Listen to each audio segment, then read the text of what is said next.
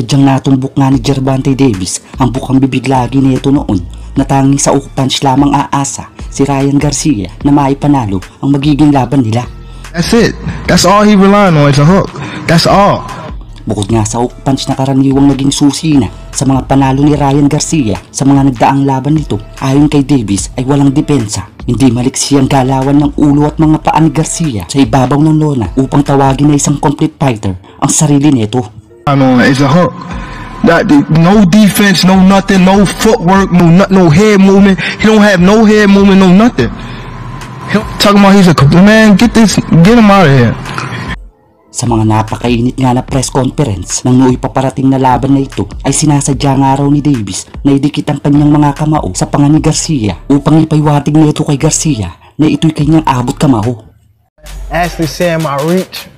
Samantalang sa kabilang panayam ni Gervonta Davis ay sinabi nito na bago pa man nga ang paparating na laban nila noon ni Ryan Garcia ay inalok siya ni Garcia na kung maari ba niya itong maging kaibigan pagkatapos ng magiging laban nila. Is it true that Ryan asked you if he could be your friend after the fight? Yeah. Yes. He definitely asked me that. Para lumapit pa nga raw at alukin niya si Davis na maging kaibigan nito, di umano'y patunay lamang na may mainang loob si Garcia. Just him coming to ask me, can we be friends, is like, it make him like he's soft type stuff. Dahilan mas agresibo ang sagot ni Davis nang tanggian nito ang alok na pakikipagkaibigan ni Garcia.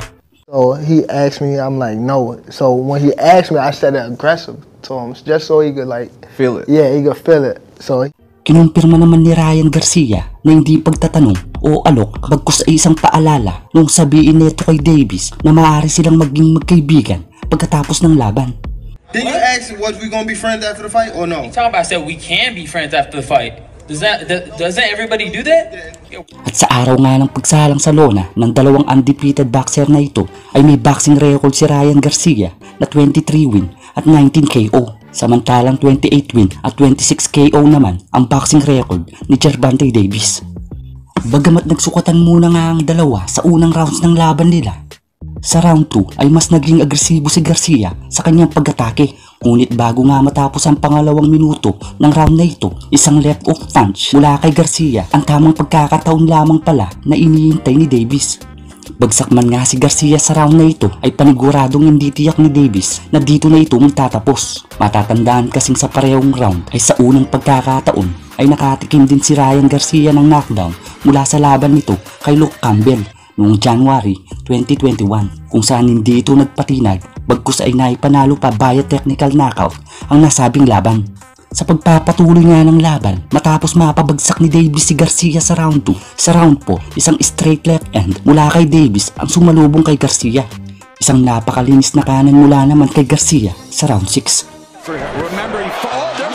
At sa round 7, para sa pagtatapos ng laban na ito, bagamat sa unay mukhang hindi tumalab ang kumunyak ng kamao ni Davis sa tagiliran ni Garcia, hindi na nga natiis ni Garcia ang mapaupo, udyat na hindi na nga nito kayang ipagpatuloy ang laban.